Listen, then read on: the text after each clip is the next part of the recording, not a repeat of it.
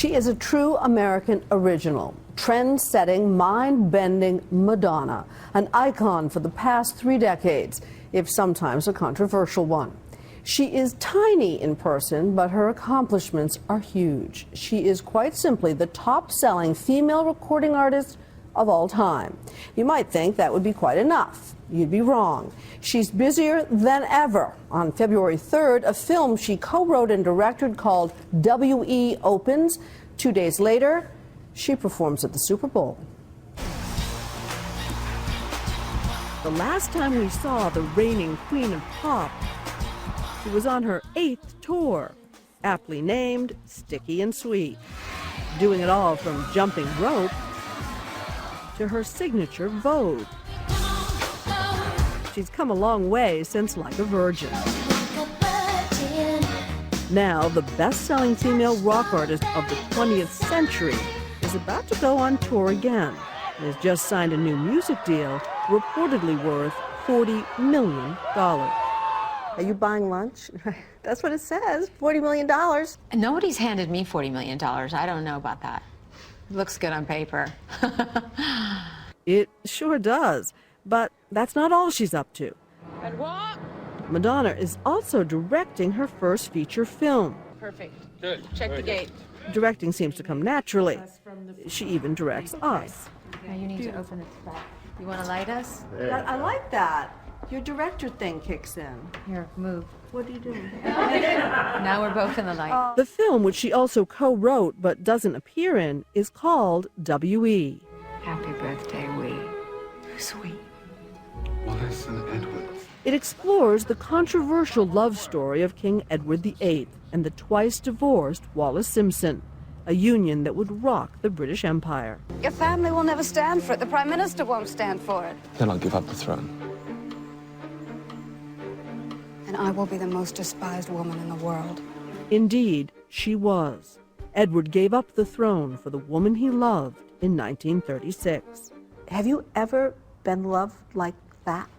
I've certainly fallen in love with people who were willing to make big sacrifices for me, possibly not as big as I would have liked them to make. And I have made very big sacrifices for people that I've loved. And the great discovery that I made whilst doing this research is that there is no such thing as perfect love. And I obviously know that in the back of my head. I'm not an idiot. But, you know, I have my hopelessly romantic, strangely naive moments. You're a romantic. I am. Sorry. Still, after all these years. Why not? Yes, I am. Madonna's love life has certainly had its own ups and downs. It's been 3 years since her highly publicized divorce from British film director Guy Ritchie. Her new love? 24-year-old dancer Brahim Zabat. You're famously dating younger men. Lots of talk about that. Is there lots of talk? Aren't people tired of that subject? No. Ah, boring old chestnut. Okay, what do you want to know? Why? You know, I didn't write down on a piece of paper, I'm now going to have a relationship with a younger man. It's just what happened. You see, that's the romantic in me. I just met someone that I cared for, and this happens to be his age. And what's appealing about him? I don't feel comfortable with this conversation, but, you know, I don't want to live my life on my own. I love being a mother. My children fill me up in many ways and inspire me in many ways, but I need a partner in life. I've never really lived a conventional life, so I think it's quite foolish for me or anyone else to start thinking that I'm going to start making conventional choices. So how are things going with her new beau? I'm the easy one. I believe you, millions won't. Are you the easy one? No, I don't know. I mean, I go home and I wash my face and I put on my sweatpants and I lay down on the bed and I say, oh, please rub my feet. And, you know, and he says, no, you rub my feet. So, you know, behind the curtain, I'm just like everybody else.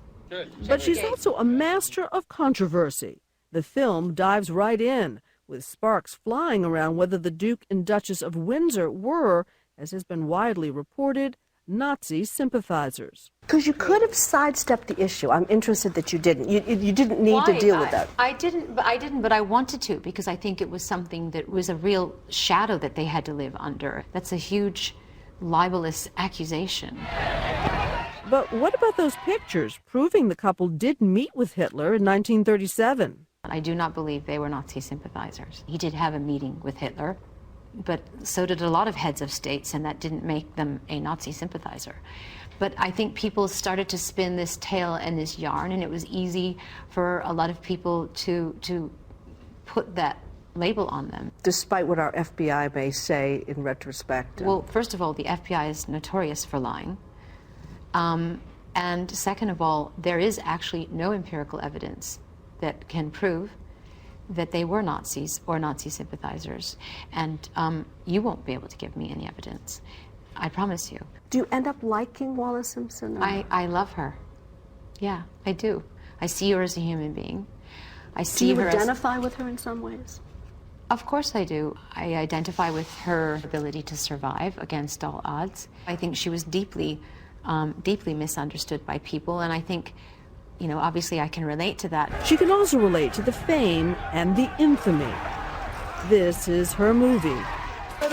This is her life. The cameras are so intrusive, and the paparazzi, all of it is so breathtaking in a kind of way. Is that how it feels? Energy sucking. Yeah, is that how it feels to be on the other side of those cameras?